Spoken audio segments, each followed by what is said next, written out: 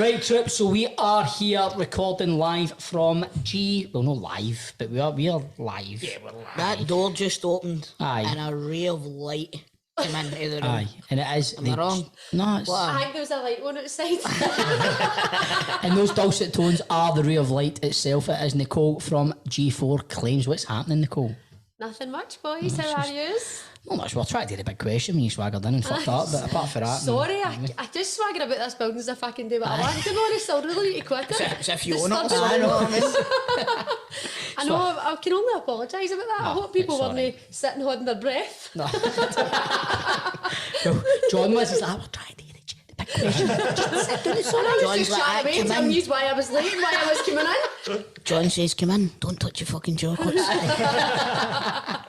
So, Nicole, I can see the G4 Claims phone case cover as well. That is class. Mm-hmm. The chocolates, the leaflets, but the chocolates are the best. But you don't just make good chocolates. Tell the Trips, what else does G4 Claims do?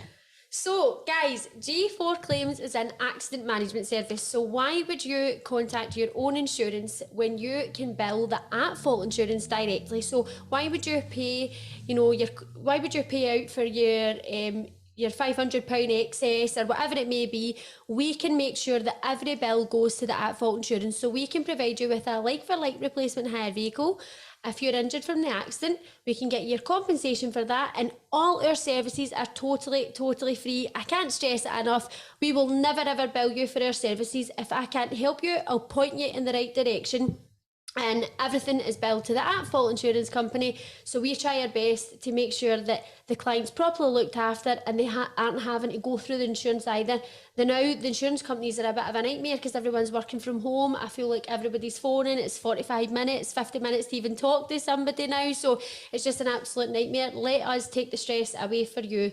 So it's G4 Claims 01698 767 172, and it's not at fault claims made easy. G4 Claims, G4 Claims, G4 Claims, G4 Claims, G4 Claims. Brilliant.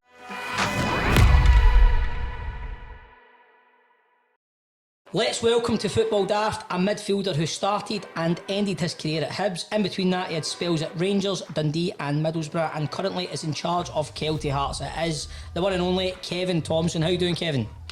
Good, thanks. Listen, Thanks lads, very much for coming coming on, man. Really appreciate it, mate. Yeah, we know you're busy these days, mate, living the managerial high life, and it's good to take a bit of time out and talk to us, mate. Really appreciate it. Listen, mate, I've managed to have a shave and get rid of some of my grey hairs on my beard and management. Mate, they say that. They say that. I mean, I feel 55 already. 2.5 months, you end up looking like Tony Blair. It's like when you see before and after pictures of Super Harry when he took it at Rangers. Of Barack Obama when he got the presidentship. And then even some people, like, obviously my wife is a big fan of Steven Gerrard for different reasons, but she goes, he's starting to look a bit older now as well. It's like, look, he's a manager. You do notice it, don't you? Aye. You really do. You feeling it, Kevin? I think, listen, I'm loving it. I think I think when I look back, hopefully in many years, you'll probably, for any young manager, any coach, or even any manager, I think even the manager at Rangers, like the hurdles and the speed bumps that we have to deal with, not just injuries and players and just the society that we live in at the moment with COVID, like doing these flow tests and like every time the results come in, I'm hiding behind the sofa because you just never know. Like a player like could be out, do you know what I mean? Like Cowden Beef only just in our league had obviously a big outbreak here, and we've had a few ourselves, and 9 times out of 10, without sounding disrespectful to any of the players, but it's normally key players or players that you're desperate to be involved, that you might have an injury in that position and you just know that the one that's stepping in ends up getting COVID or whatever. So I think when I look back at the start we've had, I've probably took the reins at probably the toughest time you could probably be a manager, but at the same time, listen, I'm loving every minute of it. See how you were mentioning there that it's usually the best players, do you think that's because they're the ones that get stopped for 40s after public all the time? Probably. I'm not so sure how many Kelty players get stopped for photos, but I think, listen, it's almost one of the ones, like, when you feel as though you're a wee bit hard done by, it's amazing how, like, sometimes bad luck just comes in wee spurts and sparks, and it can be like, you feel as though it's never ending, but I think that's the same for everybody. We'll never make excuses. We'll look after the boys. I'm always one of the ones that if you do get a bit of bad luck, it's somebody else's good luck. So I believe in the boys, I believe in the group that we've got. So we'll just need to keep on dealing with the wee hiccups and the wee speed bumps that we get. How have you found it so far at Kelty then? I've loved it. Because everybody knows that what type of person I am. I've got a big opinion. I decided to, when I thought about when I retired and the path that I wanted to take in coaching, I felt going into the academy and learning about myself. And listen, I started at under 13s, really humbled to get an opportunity at a club that's been brilliant for me. The 13s were great, part-time, Tuesday, Thursday night, like driving through in the pee and rain and taking 12-year-olds, you know what I mean, that are first years at high school. I worked with a boy called Greg Stack, who was brilliant for us, gave me so much opportunities to coach and to learn and to make mistakes and like the organisation skills, etc., that you need to be taking a team. He took a lot of that burden off us. He was like the lead coach and I was like his assistant. So I feel as though I've done it the hard way and I'm doing it the long way. Not to say that I think my path's any better than anyone else's, because it's not. I think everybody's got their own idea and identity where they want to go to, but I believe in myself and I believe that I can get to where I want to get to. Listen, time will tell. I say it to the Celtic players all the time. Listen, you might think I'm top man, you might think I'm this, you might think I'm that, but come Christmas, the opinion might be different. So I just need to keep on working hard. I don't think anyone will grudge me some success when they see how hard I work as an individual, and hopefully it can stand me in good stead. 100%, mate. And like, when you were at Rangers doing the youngsters at Rangers, but then you go to Kelty, what's the level of football been like there? I have to say the standards have been brilliant. Listen, we've got right good players. We've got players that have played at a higher level. We've got players that could easily play at a higher level. That was the kind of remit of the boys that we tried to attract. We wanted players that were better than League Two to try and help us put a team on that was capable of being up the top end of the league. I think we've done that with the signings that we've got.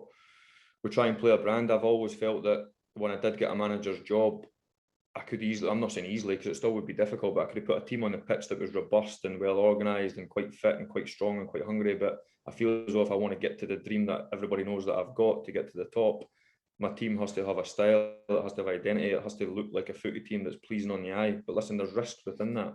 Teams can easily come and rough you up. You can be the nice footy player and the nice team that pass it around, but you get beat every week. So I felt I had to take a risk in putting a team on the pitch that I'd be proud of, but at the same time had an identity that one day it can try and get me to where I want to get to.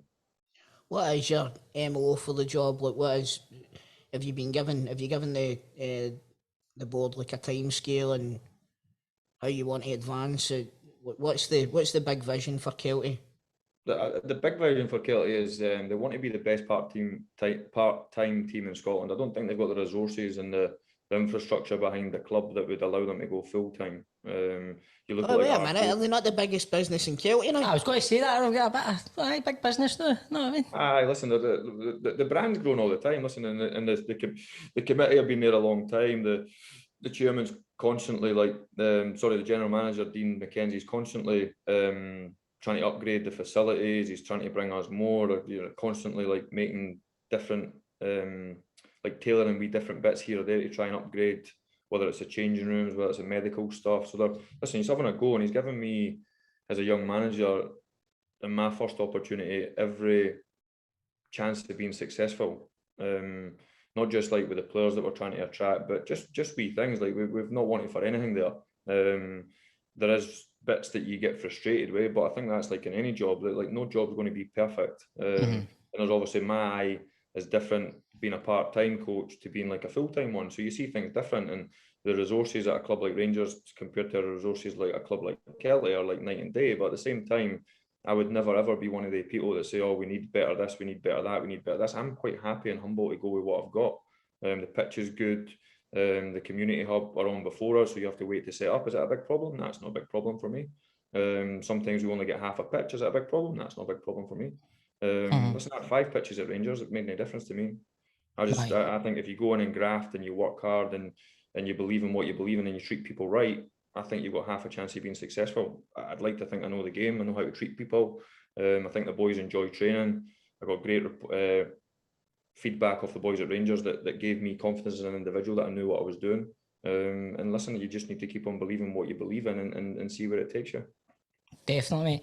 Did you have any chats with Barry and Bob before it? I did, to be fair, but Baz gave me the best insight, to be fair, and he's I've got massive respect for Baz, and he knows what I think of him as an individual. And I never actually spoke to Bob. I just messaged him back and forth. So he gave me great insight into the squad. Almost if I literally had recorded myself thinking about what I thought of Kelty and then phoned Baz and just put play, he almost gave me the same feedback that I felt I already knew. He said the same, that I felt it was for me, like it was a risk to leave a club like Rangers. He knew, everybody he speaks to feel as though they've gave me a good reputation and speak quite highly of me. So he says, so stay put, you're at a wonderful club. But I felt my gut was telling me that I had to take a chance to one day try and get to where I want to get to. There was loads of jobs available at the time where I was still the Rangers B team coach. Inverness was up, Dunfermline was up, Queen's Park was up, Dundee United was up, Falkirk was up, Kelty was obviously becoming available. So it was like there was loads of jobs available, and I'm not saying I've got a big name in Scottish footy, but I've certainly got a name that people would know. And my phone was quiet. So was I actively looking for a job? No, I wasn't. I was delighted to be at Rangers, and I loved driving through there every day. An hour and a half in the car for me every day, as people will know, because I stay in Edinburgh. But it was never a hindrance for me working for the club. It was brilliant. I loved every minute of it. I had massive respect, not just off the fans, but the people within the building. But at the same time, I genuinely believed, how would I ever become a manager at the top level working in the B team? I'm not so sure I could have got there. So my gut told me that I had to have a wee risk, a wee chance. So I took one. Mate, I kind of, obviously I watch a lot of, excuse me, Rangers TV and a lot of behind the scenes, and watching some of your like post-match interviews and stuff after games with your manager of the B team and stuff. Me and my mates, a lot has always said we can see that there's a future manager there. Obviously, maybe you do want to be a Rangers manager at one point, but I think obviously with the job you were doing at the B team and how highly you were thought of and the way you spoke, I think it was only a matter of time before you left to go to another club to become a manager. But was it a very, very hard decision? Was there a lot of people saying to you, no, like within the club, was a lot of people saying, no, stay here, just stay here? Because it must have been a tough decision. I think, listen, I never took the decision lightly. I spoke to the manager, I spoke to Ross Wilson, I spoke to Craig Mulholland, spoke to loads of people in the game that I respect. And I'm not going to lie, I had sleepless nights. Human nature doesn't like change. People, and I certainly wasn't comfortable at Rangers the same as I was as a player. I always had an edge. I always wanted to get better. I always wanted to keep on moving forward. Hence, listen, I went for the 13s to the 15s to the 18s to the B team. So I was always chapping on Craig Mulholland's door, asking for more. I wanted more. Went from a part-time coach to a full-time coach. He maybe wasn't happy when you chapped on his door to ask for more money, but I think he liked the fact that I was ambitious and I wanted to get to where I wanted to get to. Listen, and everybody knows I already worked for the club for nothing. And effectively, listen, when you're a part-time coach, staying in Edinburgh, travelling through there for a couple of hours, coaching at night time, you're doing it for nothing. It never bothered me one bit. I would have continued to do it for nothing because I felt the path and the opportunity to work for the club was the right path for me. I love everything that's ingrained in the club. The pressure that comes along with it, the prestige of representing it. So to tell you that it was one of probably the hardest decisions I've made probably right through my whole career. And I'm not so sure there's that many people that would have took the chance that I've took. That's not me saying that I'm bigger and better than anyone else, but to leave a full-time role at a club that I was well respected at, I had the lads well on my side, you know what I mean? Like massive respect for them all, loved working with them. And obviously as a youth team coach, you work with different players. So the 15s were eventually going to become my B team players one time. Your 13s would eventually, do you know what I mean? So they've left a mark on so many squads. And a lot of people don't know, I used to work with under 10s as well in Edinburgh Centre when we started an elite centre. So I used to go and help on a Monday and a Friday night there as well. Sorry, a Monday and a Wednesday. So like a graveyard shift for me on a Monday was being in there at 6:30 in the morning and then getting home at 8 o'clock at night.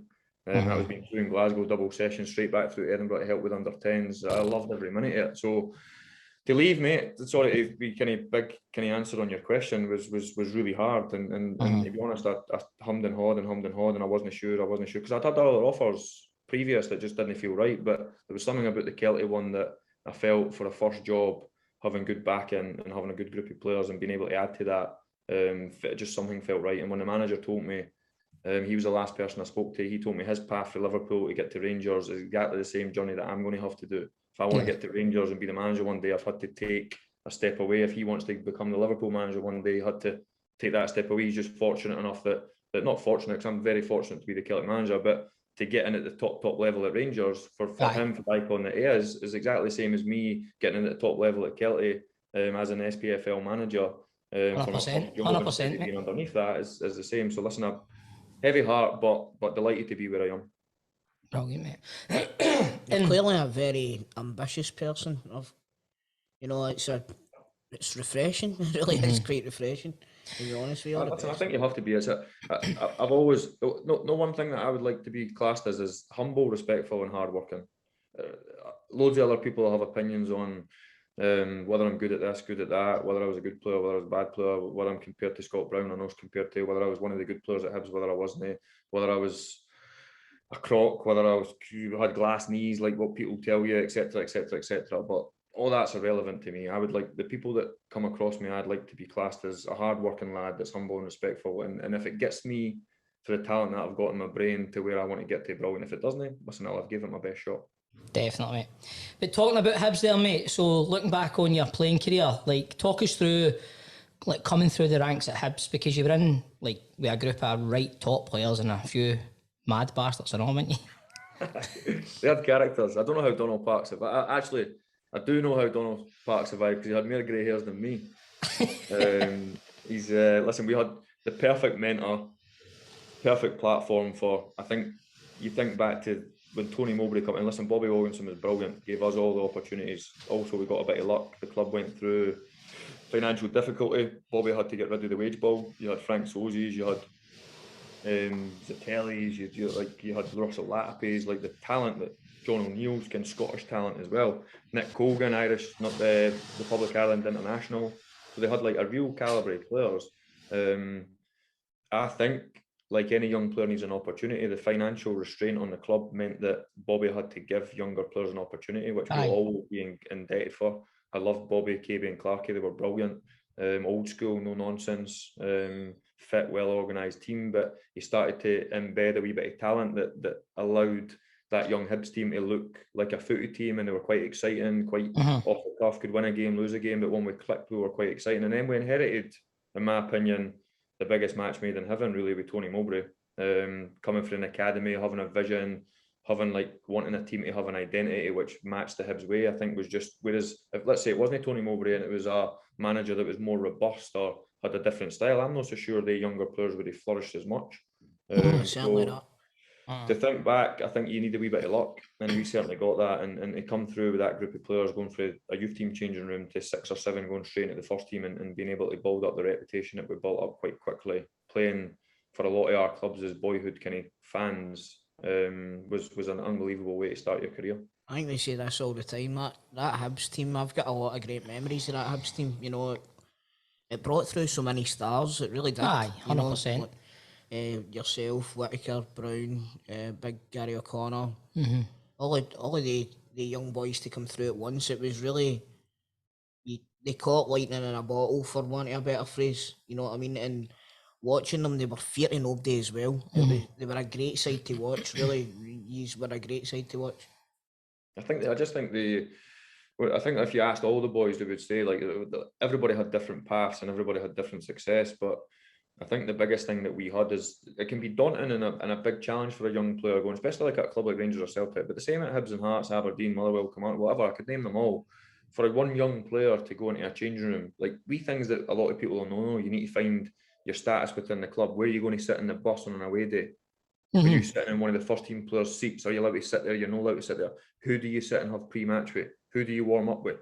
You know, who's going to be the one that helps you when you get a wee bit extra money and you want to go and spend it on cars and watches instead of having like somebody like a Gary Smith that we had as young players, Stephen Glass, giving us advice. And then when you get to Rangers, you've got Davy Weirs, and do you know what I mean? So I think back to like having real luck and having good timing within my career, having the right people. Listen, and it's up to you as an individual to take that advice. You could argue some might not have took the advice, some might have, but I have to say the transition for a youth team changing room with 5 or 6 of your mates to go straight into the first team and almost dominate the changing room with the camaraderie and the personality that our boys had made our transition from being a youth team player to a first team player so much easier. It sounds perfect, doesn't it? That's the way you want it. No, what it sounded like? It sounded like, remember at high school when it would be lunchtime, you wouldn't know who to sit with. Aye. That's what it might sound different, but like I still remember, and this is how it changes. So when I was a first team player and I started to get in the squads, I remember sitting on the bus and I used to stay in Peebles and brought up in Peebles down in the borders, and Nick Colgan had a house in Peebles. So before I could drive, Nick sometimes used to take me through to training. And he treated me like a kind of youth team player. He gave me the wee kick up the backside that I needed to tried to knock me into shape, to to live how he was living. You know, it's like when you're young, you got the blonde spiky hair, you think you can fight the world. But you start to listen, of course you do. You take it in wee dribs and grabs. But when I first got on the bus, didn't quote me where it was. I remember sitting in a seat. Somebody walked past me. You cannot sit there. That's Mix's seat. So I got up and moved to the next seat. You cannot sit there. That's Gary Smith's seat. I got up again and moved again. You can't sit there. That's Nick Colgan's seat. It's like, I sit in his car every morning. so I was saying to myself, I just sit in the toilet, sweating I was. I had like the big sweat patches and didn't know where to sit. I was getting anxious, and it's not like you've got your mobile phone and you just like one of your wee mates and you just go and sit next to them at the front table and everything's seamless. It was trying to find a status within the squad, and I'll flip that when I went back to Hibs, when I left Middlesbrough and come back up the road, and my first game with Pat Fenlon. You got to drive the bus. Well, I went on the bus and I said, "Where can I sit?" Tomo, you can sit wherever you want. And I was like, "No, who sits there?" "Oh, so and so sits there." I was like, "Well, where's the next seat?" "Oh, so no, you can sit where you want. They'll move." I'm like, "No, where's the spare seats?" And Sparky Lee Griffiths had shouted to me at the back, "Tomo's space up the back." So I ended up where I didn't want to be, the kind of cool young guy right in the middle of the back row. I didn't want to be there anyway. I wanted to be at the front, where like the old guys sit that read their books on the way to pre-match. You know what I mean? But it shows you how things, when you build up reputation, how things change. And for a young player, great upbringing at the same time, like earning your stripes and earning your stars as such. But how do you handle that as an individual? I was lucky that I had the right people around me. Aye. So, mate, obviously, like talking about your younger Hibs days there, you and Scott Brown, right? Obviously, it's well documented. He's a good pals. He's at Aberdeen now. How's he doing there? Do you still talk to him? Is he enjoying his time at Aberdeen? Well, obviously, we managed to get Conor Barron through Scotty and obviously Glassy, lad that we took on loan for Aberdeen. So the same as he helped, like if we wanted to try and get a Celtic player or whatever, gives us a good insight into the player. So, because me and Scotty will be pals for life. I've always said that he's the one guy that I'm pretty sure my wife wouldn't want me in the gutter at 4 o'clock in the morning, but if I was in the gutter at 4 o'clock in the morning, he's the one that you could pick up the phone and I know he'd do anything for me. Meet loads of acquaintances and loads of good lads and loads of mates in footy, but he is what I would class as a mate for life. Regardless of who we played for, regardless. And listen, I've been in front of 500 Rangers fans in a question and answer in Bathgate or whatever and spoke about how highly I regard Scotty, to boos and jeers to all of a sudden clapping, because I think they just respect the fact that I ain't going to rub anyone's nose in it. I understand Rangers fans didn't like him when he's on the pitch. By the way, what a wonderful footy player, unbelievable career, and just a top guy. But mate, like you look back and there's obviously the story of you and Scott Brown maybe going to Rangers. Like at that point, imagine like Scott Brown playing for Rangers and Kevin Thomson, like both of you centre mid. I mean, you must have thought you's gone there, right? We're going to rip this up. We're going to absolutely. Is it true that story that you's gone there? Like yous were going to Rangers? It's funny because the story, the truth behind the story was that we both thought we were going to go to Celtic. And I've said this before. When we were going to move, we had obviously Tony Mowbray on the phone every night, Gordon Strachan on the phone every night, Walter Smith on the phone, and obviously if Gordon had phoned me, I would have texted Scotty to say, "Oh, I had Gordon on the phone," and he's like, "Oh, he didn't phone me." And then Scotty maybe say the next game night, "Oh, I had Walter on the phone." And I'm like, "Oh, he didn't phone me." You know what I mean? So I actually felt that Celtic wanted me a bit more than what they wanted Scotty, and then vice versa. I actually felt Rangers wanted Scotty a bit more than they wanted me. At one stage when we went to watch the Champions League game, when Nakamura scored into Van der Sar, the 1-0 game, we sat in the director's box at Celtic Park. We had both agreed deals to go to Celtic. Right. So we both thought that we were going to end up at the same club. I finished training one day to go up to speak to Rod Petrie. I had a message, "Can you come up to the office when you're done finish training, please?" So I went up and he said that he had agreed a deal. "Who do you think it's off?" I said Celtic, and he's like, "Guess again." And I said West Brom, because I thought Tony, genuinely I thought Rangers were more interested in Scotty. He's like, "Off Rangers." He said, "Do you want to go?" And I said, "Can I go now?" And that was it. I had my toilet bag, phoned the missus, phoned my dad, phoned Willie Mackay, who was our agent at the time. But as soon as I told Willie Mackay that Rangers had agreed a deal, Peter Lawler was on the phone he must have phoned 100 times for me telling Willie that Rod had accepted the deal for Rangers. So Celtic were obviously going to try and counteract that, to offer at least the same, to allow me then the option to pick between the two clubs. I never got that option in the end. So that's not saying that I didn't then want to go to Rangers. I was over the moon to go to Rangers. And when I spoke to Walter, the next thing was, how can we get Scotty? Do you know what I mean? How can we get a deal done for Scotty? So we genuinely believed that we could end up at the same team. But listen, that would have been a fairy tale for us as pals. It never materialised that way. See, when the Rangers fans were singing, "We're going to sign Scott Brown," were you sitting cringing to your bones because you knew that wasn't going to happen?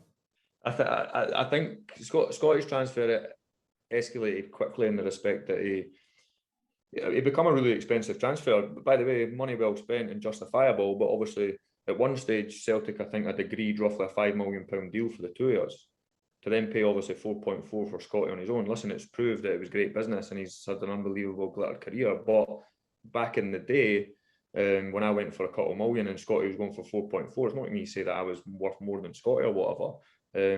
It just felt that like the perfect scenario was a summer transfer.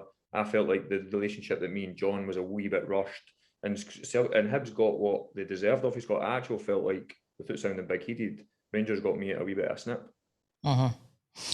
No, definitely, mate. I think, looking back, so many good memories. Like, obviously, playing against Scott Brown, right? You played against him, Rangers Celtic games. I remember I was at the game when you scored the winning goal. Do you know what I mean? Like, what was that like? What did that feel like? It must have been weird. First of all, playing against Scott Brown, two best pals playing against each other in an Old Firm game, but then scoring the winning goal. That's fairy tale stuff in itself as well, isn't it? Nah, especially, listen, it's my kids think I'm rubbish, so it's nice to be able to show And it was some fucking goal, by the way. It was beautiful. It was a beautiful goal. Funny, because you don't remember it? Do you want me to show you? He doesn't remember it, Kevin. 2 seconds, mate. Want me to show you? Shin roller, that one. I remember that now. A right peg as well. Anything can go by for it. Yeah, it's funny because I used to be Messi, Ronaldo, and then Dad. And then I remember going into my oldest room, and it was Liam Henderson, Jason Cummins, and then Dad. what a captain, man! And right, by the way, listen, Jason and Liam are good mates of mine, but I'm not going to lie. Like, I told them that story, I was a wee bit gutted. Went from third to Messi and Ronaldo, to third to Tommy and Hendo. So. Right, troops, living room, telly on. Trap, everything's your day. I'm showing you some old videos here. Hang on, Robbie Keane's a good player, by the way. You want to say Robbie Keane? I fucking smashed him, by the way. It's amazing that when I look back at my career, I need to persuade my kids that I was no bad player. No, mate, but that must have been some feeling, eh? I was, listen, it's special. I cannot tell you how special it was to represent the club, and I was lucky to play in a good team. Champions League 2 years out of the 4 that I was there. UEFA Cup final season, like 1 doubles, 1 leagues. You know what I mean? I was gutted to leave. The same Middlesbrough, and obviously, like, no Rangers fan, no player, nobody associated. Well, obviously there would have been people associated with the club. We knew that within 12 months of me leaving, we only a year left on my contract, that the club would go into administration and go through the tough times that the club went through. So I do feel that the reputation that I've got with the fans at leaving at not the right time, because I'm not so sure the fans were that happy to see me leave, but see, because I moved, we were only a year left on my deal, and Rangers got a transfer fee from me. If I'd stayed for that next 12 months and the club couldn't have gave me a new contract, I probably would have been quite a no bad free Bosman for quite a lot of teams in Britain. You would have made a lot more money. I'm not so sure the Rangers fans would have. It would have been through no fault of my own still, but I might have had far bigger offers elsewhere, especially financially, if the club were obviously going down the league. So I feel as though sometimes the wee bit of bad luck that I had with injuries and timing in my career, the reputation that I've got with the club and the relationship that I've got with the fans, sometimes think back that they wee moments have actually helped me later on in life. It maybe never helped me at the right time in my career, but I certainly think it helps me now. Mate, talk us through the UEFA Cup final, like the run that year. Talk us through that. What was that like? You must have felt invincible at some points. The games you were playing, the games you were winning. It's funny because you obviously like a lot of the players, and it'll be the same as the current players now. As soon as the Champions League draw comes, and you see Stuttgart, Barcelona, and Lyon, I cannot tell you that it was a laughing joke in the changing room the next game day that we thought we might not get any points. So to think that we managed to we were sitting on 7 after 3 games, 7 out of 9. Mate, that night in Lyon, like beating Lyon 3-0 there, I still watch that on YouTube. Do you know what I mean? Who would have thought that getting turned over off Lyon at home would have been the best thing that would have ended up happening that season? Benzema hat-trick, man. I do believe in fate at times, and I do believe you kind of make your own luck as such. But It was meant to be. I think he Griggs' save at Werder Bremen. I think he going before even the Champions League, we Natch scoring against Red Star Belgrade, having to go over to Red Star Belgrade and get a 0-0 draw against a right good team, and they're probably the scariest, most hostile atmosphere I've ever played in. To then get obviously all the way to the UEFA Cup final was just what dreams were made of. And even when Barry missed the first penalty, I genuinely stood in the halfway line with the lads thinking that if Barry cannot score, we've got no chance. And then before you know it, your boys are saying if Nacho scores this, we're through. It's that 30 seconds to run over the fans in Florence, is probably the most special, iconic moment in my life. Oh man, I've got goosebumps even thinking about it, mate. It was something else, man. It was. What about that was a special time. It was Walter's kind of return to Rangers, and he steadied the ship and more. We won everything for us really that time when he came back. But what was your relationship like with Walter? Well, listen, a lot of lads gave me a hard time because I was meant to be his son, if you know what I mean. I was that was a banter. So wait, were you the teacher's pet? I was a teacher's pet. He's if ever the boys wanted a day off, they used to openly say, "Tom, we're going to ask the gaffer for a day off. We're going to ask your dad." Really, aye? Just a wee bit of banter. But it was funny because when I first joined, because Walter is obviously what Walter is, unbelievable manager, the best ever. But when you get to Rangers, the father figures and the ones that you had the camaraderie were your Kenny McDowells and your Coisties. And I had an unbelievable relationship with Coisty. I still think him phoning me after the Champions League game, Stuttgart, when we won 2-1 first game. He said, by the way, I was on our way back to the hotel because me and Whitty used to stay over because we would train the next day, you see. So we'd maybe be in for a recovery on, let's say, on the Wednesday. I think it was a Tuesday night game. We'd be in for a recovery on the Wednesday, then we'd get Thursday off, back in Friday, probably away in the hotel Saturday, play Sunday. And Coisty phoned me saying, listen, mate, I just wanted to phone you, unbelievable. So I had a really tight relationship with Coisty. I think after the first year, maybe 18 months, when I started to build up an even stronger, I think, as an important player for Walter, my relationship with Coisty wasn't as strong. But I have to say, as a duo, if you could ever pick somebody as an assistant manager, as a camaraderie, as somebody that's brilliant with the boys, albeit he joined in trade. So you've seen him come on and do nothing, didn't he? Move a leg and he scored a hat-trick. Well, by the way, he's done that every day in training. If you were in his team at 5-a-sides, you could easily be a man down, but he would score the winner.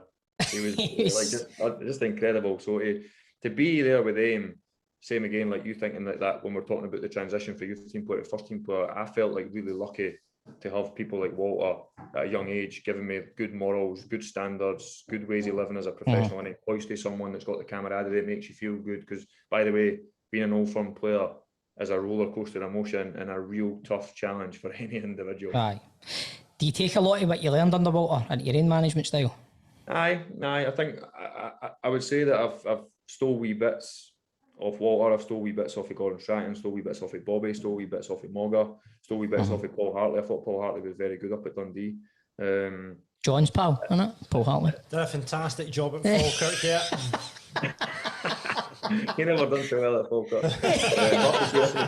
I seen him shifting uneasily in his seat when you mentioned Paul Hartley there. He's like, his coaching's actually very similar to Gordon Strachan, and Gordon Strachan was one of my favourites, top drawer. So I was a wee bit unfortunate not to have Gordon for longer, because I genuinely felt when I went to Middlesbrough, before I broke my leg and I had a wee bit of bad luck, he could easily took me to another level.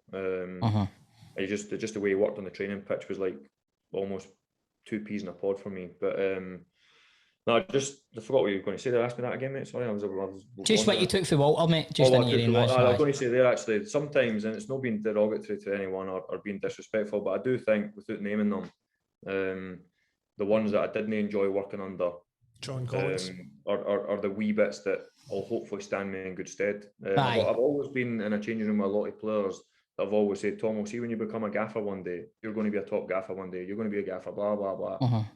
Never become that gaffer that does things that players didn't like. Aye. I've just tried to be a lad's lad, but I'd like to think they respect me as the boss. Everybody will know that I've got a nasty streak in me, and I can get angry at times, but at the same time, I think that can only be few and far between, or else you didn't bring any substance with that. I think the days of having I think Walter being as hard as they possibly come, but his timing was meticulous when the squad nearly kick up the backside. I'm trying to steal wee bits like that. So I think the ones that I didn't enjoy working under, and without sounding disrespectful, I think you can learn more rather than actually the ones that you loved, and ultimately you have to put your own stamp on it. Aye. You've worked under obviously a lot of great managers. How much do you regret not working under Ange Postecoglou? By the way, listen, I say this openly, and and everybody will know that I'm never afraid to call big decisions or speak about Celtic or the respect that I've got for the club. By the way, he presents himself really, really well. Speaks really well. To me, he's a class act. Listen, he's going to get judged on his team being successful the same as the manager, because that's what the Old Firm is. If you're second, you're not any good. If you're first, you're a superstar. So listen, head-to-head battle commence. The manager will flourish under it. Ange will flourish under it. Listen, it's intriguing to see how it's going to pan out. But listen, I've got the utmost respect for Celtic and all the players and all the staff. The best part about this is this interview is going to come out after the game. So Rangers might have turned us over, and everything you've just said there can be like a slating to our face. Nah, listen, listen. I've always been one of the people that like win with class, lose with class. Listen, nobody wants to get beat. I never wanted to get beat, but 100%. It's the way I live my life. I know Celtic have got good players. They're a brilliant club. Rangers are an amazing club. Do you know what I mean? They're both massive institutions, and listen, you either support one or the other. That's the way it is. It's a life for a lot of people. So I always think like let's have it and see who's the best. Kevin, come back to Hibs. I mean, you obviously went back to Hibs and you played for absolutely free, which is an absolute mark of the man that you are. I mean, how was it going back there? And I mean, what made you to just commit to just saying, I'll play for nothing? Was it just because they were your boyhood heroes, or? Pretty much. They were still in the Scottish Cup, which was obviously a boyhood dream of mine. I got offered. Actually, John Brown was the manager of Dundee. Offered me an unbelievable deal, short term. They were sitting at the foot of the Premier League at the time, and probably I think they were. I want to say they might have been like 8 or 9 points adrift. So like the writing was almost on the wall for them. I got offered unbelievable money in mad countries that I probably wouldn't even be able to spell some of the names. But there was just something in my gut that I'd done all right in my career. The money wasn't a driver for me. And feeling good about myself again after a tough time at Middlesbrough. Hibs was an easy one for me. So I think the hardest bit for me for Hibs is that because I've got such a good relationship with Rangers, and obviously I love the club, but people think you cannot love two clubs. Well, I do. I still look at Middlesbrough results. I still look for Dundee results. Do you know what I mean? It's like I didn't understand why that cannot be feasible. Do you know what I mean? I'm not saying you can love Rangers and Celtic, or Hibs and Hearts, or Dundee United, but I didn't see why I cannot love Hibs and cannot love Rangers. I'll never hide away from the fact. So it was an easy one for me. Kids are Hibs fans, my mates are Hibs fans. They go back, and I cannot tell you when I come on in the derby under Pat Fenlon for the last 5 or 6 minutes, the ovation that I got was worth far more than anything. I.e., I've been back to Easter Road and been called a Hun CUNT, which stuck in the back of my throat as a season ticket holder with my kids. I've never actually been back to Easter Road since. Wow. But at the same time, and believe it or not, they were playing Rangers that night. So, and I know that if I went in the Rangers end, I would have been treated like a king. But I think when you get called that, and by the way, loads of Hibs fans are unbelievably respectful to me, but the ovation that I got outweighs that twat in the Pakistan calling me a Hun, So, listen, love the club. My kids are both there. My boy's a sign player. My youngest one's in a development centre. I go to East Mains every Monday. I didn't see why Kevin Thomson cannot love Hibs and Rangers. Aye. Would you like, so let's put it here, right? Celtic Hearts doing a smashing job at the moment.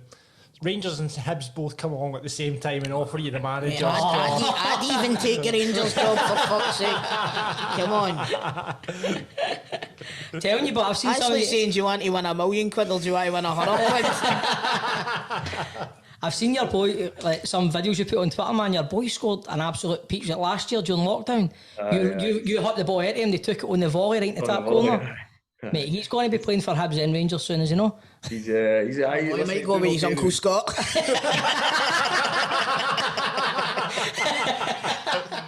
Well, it's funny you mentioned that, because we have had a wee laugh and joke. So Scott's boy's in at Hibs as well. Right. His oldest one, Shay, and he's a lefty. And Jackson, my oldest one's a righty. So God. trust me, we've questioned it before. Don't you worry about that. Wait for him look like the milkman. So Kevin, are you going to win the league? Is Celtic going to win the league?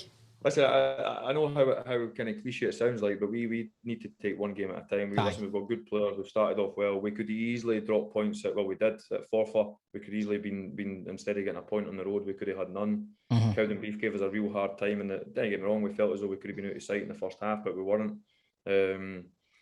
Even at the weekend there against Edinburgh City, right good team. Gary Naismith, utmost respect for him. They made it really difficult for us. Well, same again, when we were on top, we felt as though we could have scored more goals, but we never. And then you end up hanging on. The good thing for me and for the squad to kind of breed confidence is that we've played 4 games now. You could argue Stenhousemuir, Stirling Albion, Cowdenbeath, plus Forfar, plus we played more, but we obviously played some in the cup. We played Elgin in the cup as well. So we're probably at the stage where we've played the lion's share of the teams that people would think would be up there. And listen, we need to back ourselves. We need to have belief. We can't hide away from that. But I mean, the club were 3 years ago. They were a junior team. Do you know what I mean? So I think people need to understand that just because I'm there and they're an ambitious club, there has to be a realism as well. So I look at Queen's Park last year as a full-time team. They won it in the end quite comfortably, but there was a time where they huffed and puffed. Falkirk is a full-time team. Obviously, our manners giving me the eye there now that I'm talking about Falkirk. Full-time team in League One. It's not as easy as people think. So listen, as an individual, I'll never underestimate any of the teams. Utmost respect for them all. But listen, we're going to go and have a go, that's for sure. Brilliant, mate. Well, Brilliant. I hope you get as close to Albion Rovers as possible. When he's playing Albion are doing all right. I see these people that write off teams and say that they're going to be the bottom. Like people told me Cowdenbeath were favourites for relegation. They were going to be doing there. But by the way, when you go through Cowdenbeath's team, they have got a right good team, and I know quite a lot of their players. They've got right. Kyle Hutton's played for Rangers. You know what I mean? He's playing in the middle of the pitch. Ian Buchanan been around the box. Like Thomson's played in the Premier League for Hearts. Fraser Mullins played in the Premier League for Hibs and Hearts. Craig Barr's played in the Champions. Like they have got good players. And I think when people think, Cowdenbeath, they huffed and puffed last year, by the way, they will take a lot of points off people. So we will never underestimate any team. Speaking of points, Kevin. Oh, what a segue, It brother. has been a brilliant chat with you, right? And we've brought it to an end now because I know you're a busy man. But before you leave, right, every week on Football Daft, we put our guests' Scottish football knowledge to the test with a 90-second quiz. You up for it, mate? Aye. Right, so we've got a wee leaderboard here from the guests we've had over the week. So we've got David Martindale, top of the leaderboard with a score of 16. Still top. Yes. Still top. Nobody's beaten him. No, in joint Kevin, mate. Right. Okay. In joint second, it's John Sutton, Chick Young and Hamilton Scott Martin all on 15. Mark Wilson and Keith Lasler in third with 14. Other selected scores include Barry Ferguson on 12, Rob Jones on 9, Yogi on 6, and Barry Feastenders on 4. With Barry Feastenders on, believe it or not, right? And at the bottom, it's singer-songwriter Callum Beattie with 1. Is there anybody on there you'd like to beat? Got to be Barry, hasn't it? Callum Beattie. Well, you can't pass. You must give an answer. Even if you don't know the answer, you must give an answer. And friend across the divide, Chris Toll will read the questions out. Worry, since you've been very complimentary towards Celtic, I'll make it easy for you, alright, brother? Right, are you ready? Ready, mate. 90 seconds start now.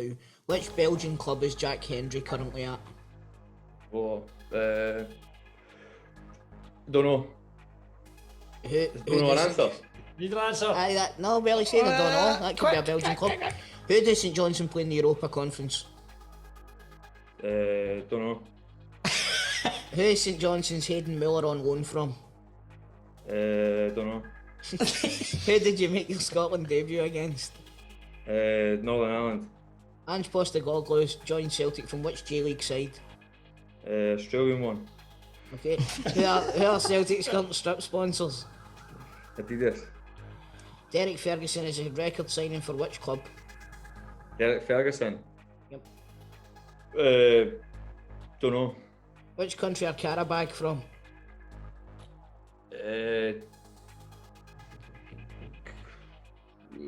Don't know.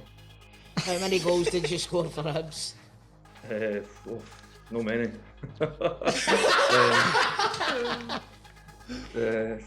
You put me on the spot there. 1, 2, 3. Who were the last Scottish team to appear in a major European final? Rangers. The Gable Endies is the nickname of which club? Don't know. Who did Hibs sign Martin Boyle from? Dundee. And what year did Livy start playing in Livy? Don't know. Time! Don't know is becoming a very fashionable answer. I'm liking that, man. That's cool. I like that, Kevin. I still don't think that classifies as giving Well, an you answer. can't say pass. He's giving an answer. Aye, you see, To be fair, I'm normally good at mastermind and all that type, but I wouldn't mate, have said that. you've beat Callum Beattie anyway, I'm pretty sure. Under pressure there, Kevin. beat Callum Beattie. I'll go through the wrong answers for you. Right away. Belgium Cup Jack Henry's KV Oostende. I wouldn't have said that. He's not known for Celtic. I'm not interested in that. No, he signed full time there. Yes, it has. St Johnstone play LASK or LASK. Hayden Miller on loan from Millwall. Ange Postecoglou doesn't play for the Australian team in the J League. He went from Celtic from the Yokohama Mariners. Yokohama. Yokohama. John, who the Mariners. fuck you been drinking the pints as well? Derek Ferguson was Falkirk's record signing. Karabag playing Azerbaijan. The Gable Endies of the Montrose.